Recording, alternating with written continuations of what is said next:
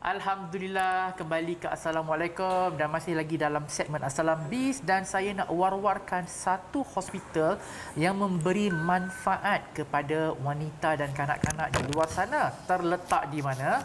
Terletak di Seri Kembangan, Selangor. Apa nama hospital tu? Hospital Andorra.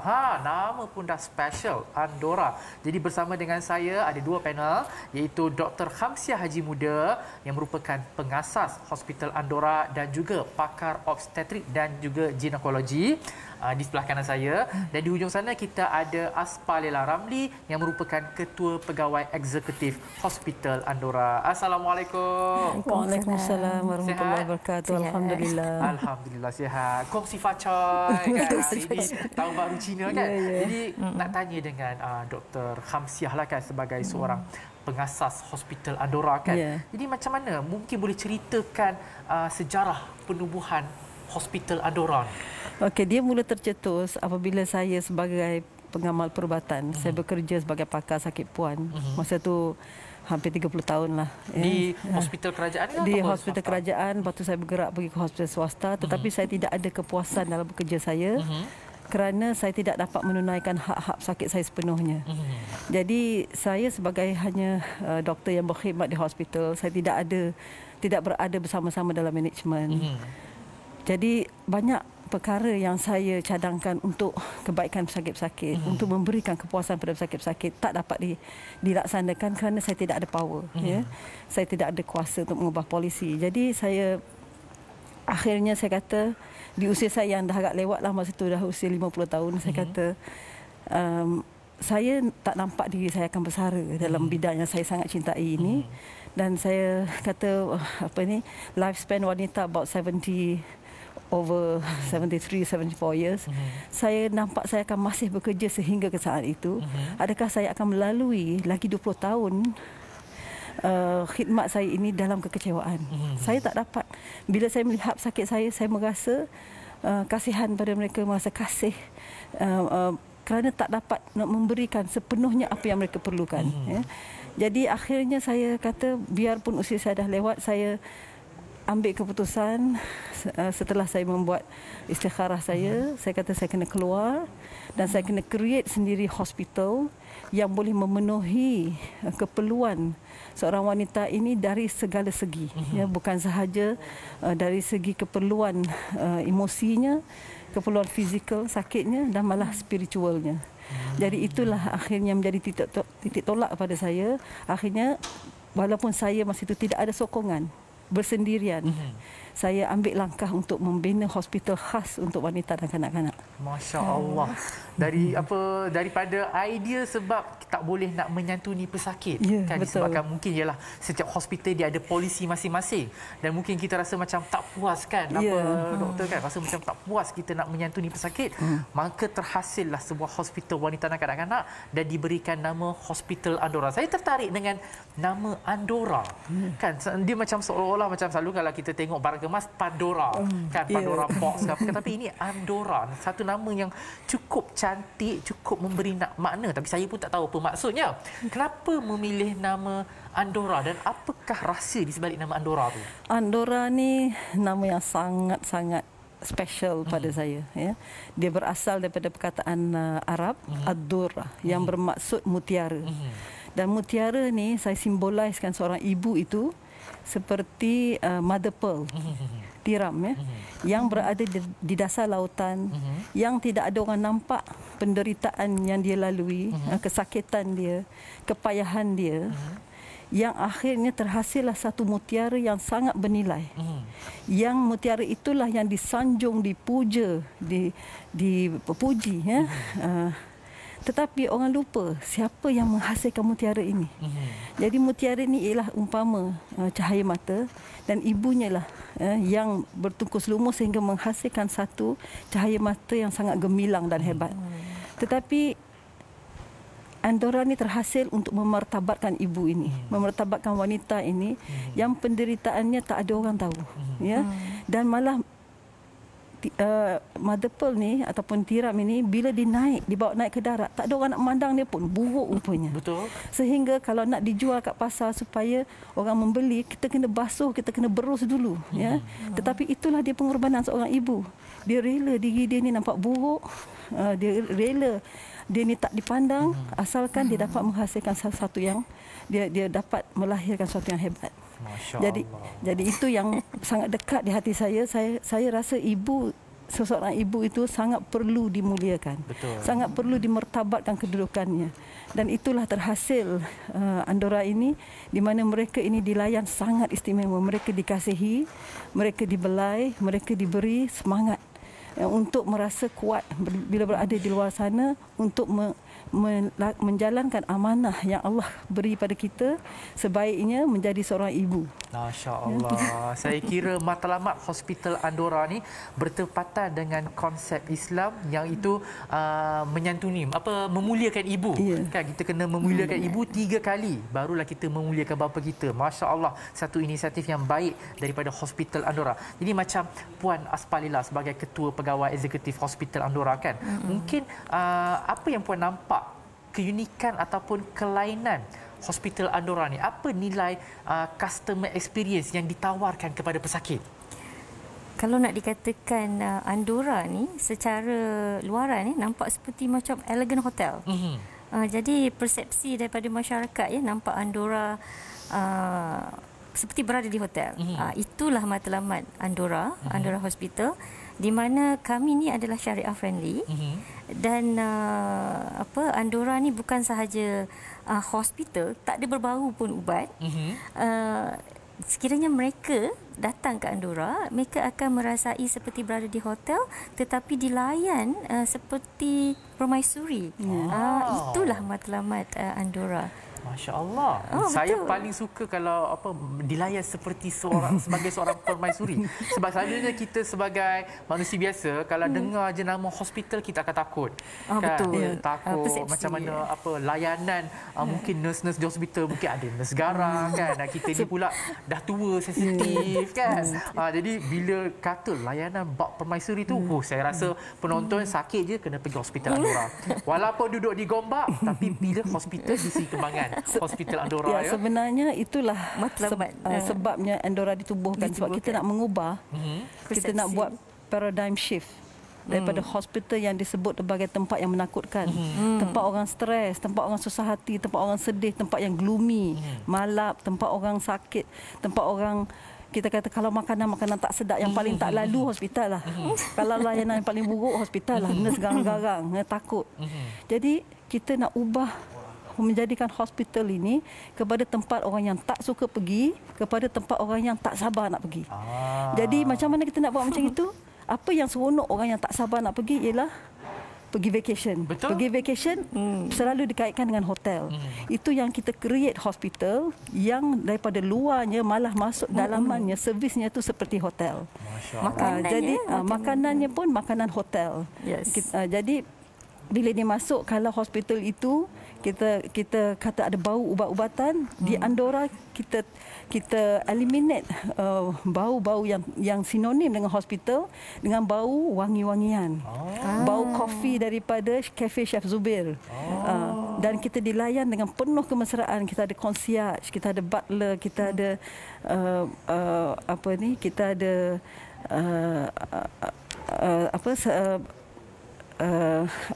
servis-servis, kita ada porter, kita ada dia ala-ala spa di hotel. Ala spa. Massage pun ala-ala spa. Masya Allah. Ini yang membuatkan saya nak tahu dengan lebih banyak berkenaan dengan Hospital Andorra. Tapi kita nak berhenti rehat seketika. Jangan ke mana-mana. Kalau nak tahu apa lagi kelebihan dan keunikan Hospital Andorra ni, kembali dalam Assalamualaikum selepas ini.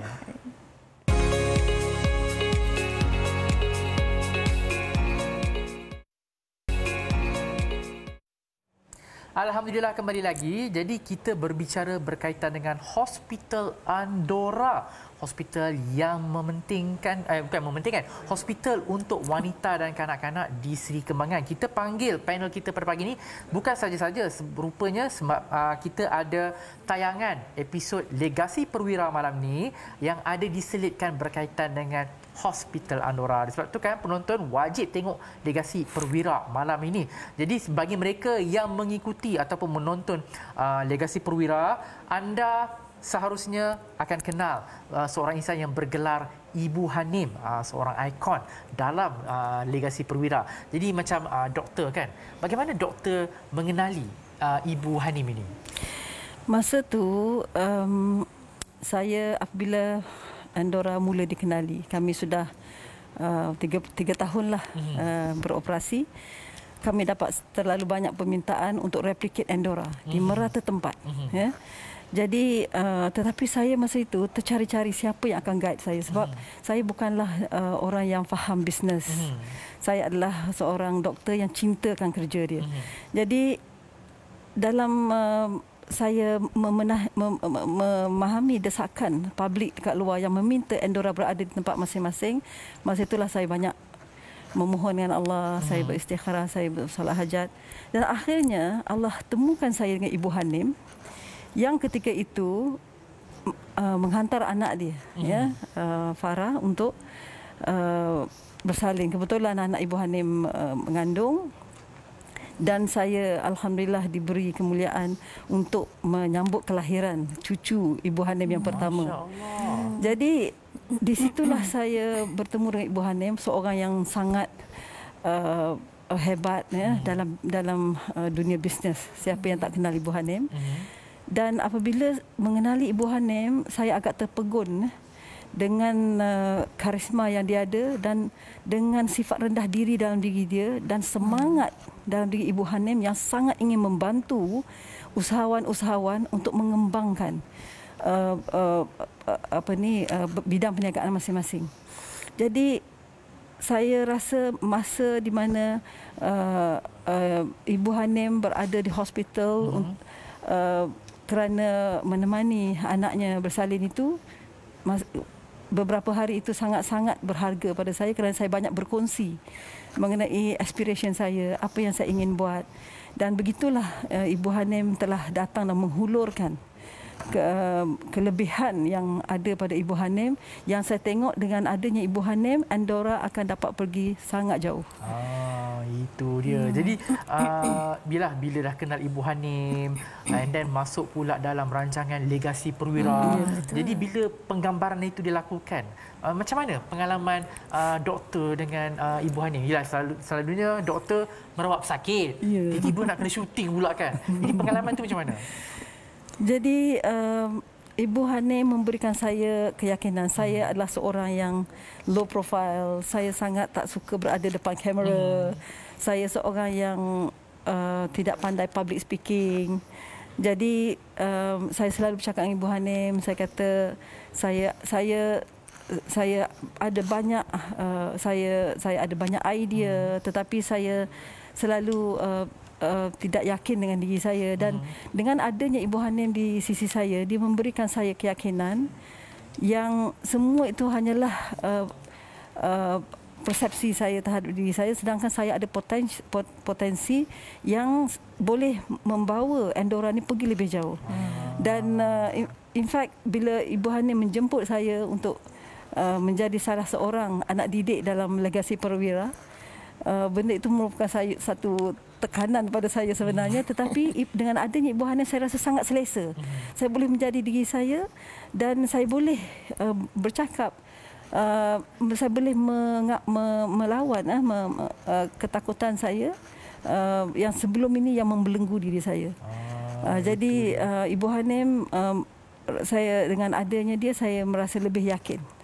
Alhamdulillah. Pentingnya seorang mentor dalam kehidupan kita kan untuk membimbing kita insya-Allah. Jadi macam Puan Asfalila kan apabila memegang jawatan Ketua Pegawai Eksekutif Hospital Andorra sepanjang 3 tahun hospital beroperasi, apa cabaran dan halangan dan juga bagaimana setakat ni pencapaian Hospital Andorra? Dari segi cabaran, Andorra baru 3 tahun seperti yang diberitahu oleh Dr. Kam. Pastinya siapakah Andorra?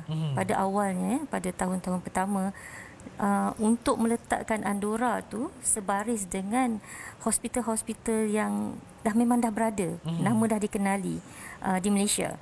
Jadi Andorra dengan kelainan yang berupa seperti hotel, persepsi daripada masyarakat untuk pergi ke Andorra ni macam ni premium. Yes, indeed, dari segi premium services yang kita bagi itu memang matlamat adalah nak serve sampai jadi permaisuri. Jadi cabaran dari menukar persepsi masyarakat terhadap Andorra. Padahal dari segi kita punya package adalah affordable. Itu sesuatu yang warga kerja Andorra berusaha keras dalam menaikkan nama Andorra di market. Itu cabaran pada awalnya, dan baru 3 tahun dengan pandemik, and then dengan untuk menukar mindset, culture of Andorra itu sendiri. Kebanyakan mereka datang daripada industri-industri yang berbeza, dari pihak pengurusan, dan klinikal ni pula mereka datang daripada hospital-hospital yang berbeza background dia. Jadi untuk menerapkan culture yang baru, proses transformasi itulah yang kami sekarang telah together with ANEMS dengan Ibu Hanim, kami ada buat roadmap, proses transformasi dari segi penukaran mindset, dari segi proses penstrukturan syarikat, dan juga dari segi program-program, not to mention adaptasi polisi-polisi KKM yang baru. Macam mana nak menangani pandemik COVID. Kami pun bersama dengan KKM bekerjasama. The rapid changes of the SOP itu adalah cabaran yang saya rasa semua itu dia kan. Cabaran untuk membina Hospital Andorra ni kan. Jadi kita macam doktor cakap tadi kan, antara macam Puan Asfalila cakap tadi, antara cabarannya kita nak ubah persepsi masyarakat. Bila tengok hospital premium, charge dia pun mesti premium kan. Tapi Puan Asfalila kata berbaloi, affordable kan. Jadi mungkin Puan Asfalila ataupun Dr. Khamsiah mungkin nak bagi tahu apa package ataupun promosi yang ada di Hospital Andorra yang mungkin penonton boleh dapatkan khidmat rawatan. Dari segi bahagian klinikal package bersalin, kami bermula dengan hanya 2 disiplin doktor. Kami bermula dengan hanya 2 disiplin. Tapi dari segi rawatan susulan ataupun additional services, di situ ada kita letakkan delivery package kita. Rawatan susulan tu kita banyak memberikan additional services macam saya cakap tadi, spa, massage. Itu semua saya rasa hospital lain tak ada lagi kan. Andorra adalah yang pertama ada. Andorra ni sebenarnya dia menggabungkan safety and high quality of medical care in the West dengan hospitality in a hotel. Jadi dia gabungkan keduanya. Jadi yang menyebabkan Andorra ini menarik kerana konsep dia yang is actually a lifestyle hospital. Dia sangat memenuhi lifestyle generasi sekarang. Dia orang suka duduk berada dalam suasana yang selesa, cozy, tenang, aman. Jadi package yang kami offer ni sangat-sangat menarik. Dia tidak terlalu murah dan dia tidak terlalu tinggi. Kami adalah medium range. Tetapi apabila mereka masuk dan mereka rasa apa yang mereka dapat daripada apa yang kami tawarkan itu melebihi daripada nilai package itu sendiri. Itu yang paling seronok tu kan, melebihi nilai package itu sendiri kan. Jadi kepada mereka yang sedang menonton ni, ada QR code yang tertera di kaca TV anda boleh scan kalau anda nak tahu package-package yang ada di Hospital Andorra ataupun nak tahu dengan lebih lanjut berkaitan dengan Hospital Andorra yang terletak di Sri Kembangan. Jadi kita nak ucapkan jutaan terima kasih kepada Dr. Khamsiah Haji Muda, pengasas Hospital Andorra, dan juga Puan Aspalila Ramli, Ketua Pegawai Eksekutif Hospital Andorra. Jadi saya rasa penonton dah boleh tukar kot kan, daripada pergi hospital lain yang mungkin polisinya mungkin agak ketat, apa kata kalau nak selesa, nak layanan bak permaisuri, kita pergi ke Hospital Andorra. Jadi kita nak berhenti rehat seketika. Saya nak tanya dengan lebih lanjut mengenai package delivery untuk bakal isteri. Kembali lagi dalam Assalamualaikum selepas ini.